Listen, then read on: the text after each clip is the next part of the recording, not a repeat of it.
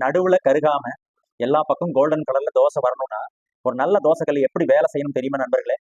அதுக்கு முன்னாடி ஒரு முக்கியமான விஷயம் பார்த்துடலாம். எபிசோட் 2ல வந்து மாஸ் வேல்யூம் பத்தி சொல்லியிருந்தோம்.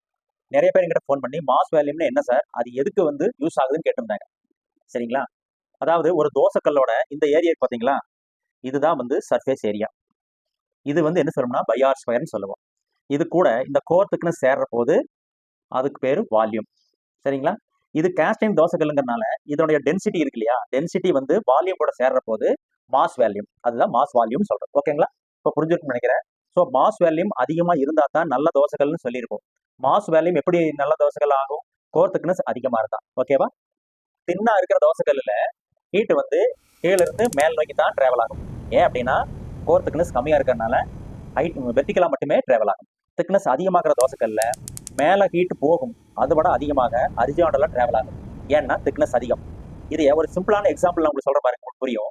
இப்போ வீட்டில் வந்து ஒரு 1.5 இன்ச் பைப்பில் வந்து தண்ணி ப்ரெஷராக மேலே போயிட்டு இருக்குன்னு வச்சுக்கலாம். சரிங்களா? அதில் சைடில் 2 பக்கம் 1 மில்லிமீட்டர் கணத்துக்கு ட்ரில் பண்ணீங்கன்னா தண்ணி மேலே போயிட்டே இருக்கும். அந்த 1 மில்லிமீட்டர் கணத்துக்கு தகுந்த மாதிரி தண்ணி வெளியே வரும். ரைட்டா? அதுவே 1.5 இன்ச் பைப்பில் தண்ணி மேலே போகிறதுல சைடில் அரை இன்ச்சுக்கு நீ ட்ரில் பண்ணிட்டீங்கன்னா தண்ணி என்ன ஆகும்? மேலே போகிற ப்ரெஷர் கம்மியாகி ஹரிசாண்டலாக ஃபாஸ்ட்டாக போக ஆரம்பிக்கும். இதுக்கு என்ன சொல்லுவோம்? பைப்பில் தண்ணி போறதுக்கு லேட்டரல் ஃப்ளோன்னு சொல்லலாம். இதுவே தோசைக்கல்ல ஹீட் வந்து போறது என்ன சொல்லுவோம்? லேட்டரல் ஹீட் கண்டக்ஷன் சொல்லுவோம். சரிங்களா? அப்போ திக்னஸ் அதிகமாக கல்ல லேட்டரலா வந்து ஹரிசாண்டலா டிராவல் ஆகி எல்லா பக்கம் யூனிஃபார்மா வந்து ஹீட்டு நமக்கு ப்ரொடியூஸ் பண்ணி கொடுக்கும். இதைத்தான் வந்து நம்ம தெர்மல் ஈக்குலிபிரியம்னு சொல்றோம். அது என்னன்னா எட்ஜ் டு எட்ஜ் வந்து ஹீட் டிராவல் ஆகி யூனிஃபார்மா எல்லா பக்கம் ஹீட் ஆகும். இதனால நமக்கு என்ன கிடைக்குது?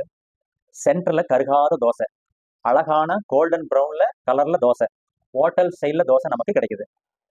வீட்டிலேயே ஹோட்டல் ஸ்டைல்ல தோசை கிடைச்சா நல்லது தானே? தோசை வந்து ஹோட்டல் ஸ்டைல்ல நமக்கு கிடைக்கும். ஆனா ஹோட்டல்ல இருக்க மனம் வருமானம் எனக்கு தெரியல.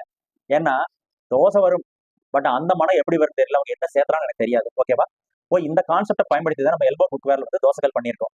ஸோ அப்போ நம்ம தோசைகள் எப்படி இருக்கும்? மாஸ் வேல்யூம் நல்லா அதிகமா இருக்கும். அப்படின்னு என்ன அர்த்தம்? திக்னஸ் அதிகமா இருக்குன்னு அர்த்தம். ஓகேவா?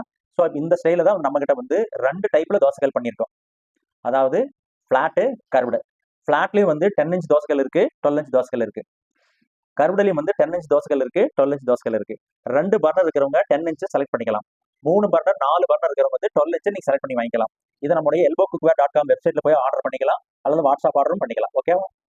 இந்த இடத்துல ஒரு முக்கியமான கொஸ்டின் உங்களுக்கு தோணும். கோர் திக்னஸ் அதிகமா இருந்தா ஹீட் ஆக லேட் ஆகாதான்னு கேட்கலாம். அதை பத்தி நம்ம அடுத்த வீடியோல பார்க்கலாம். எல்லோருக்கும் நன்றி நண்பர்களே.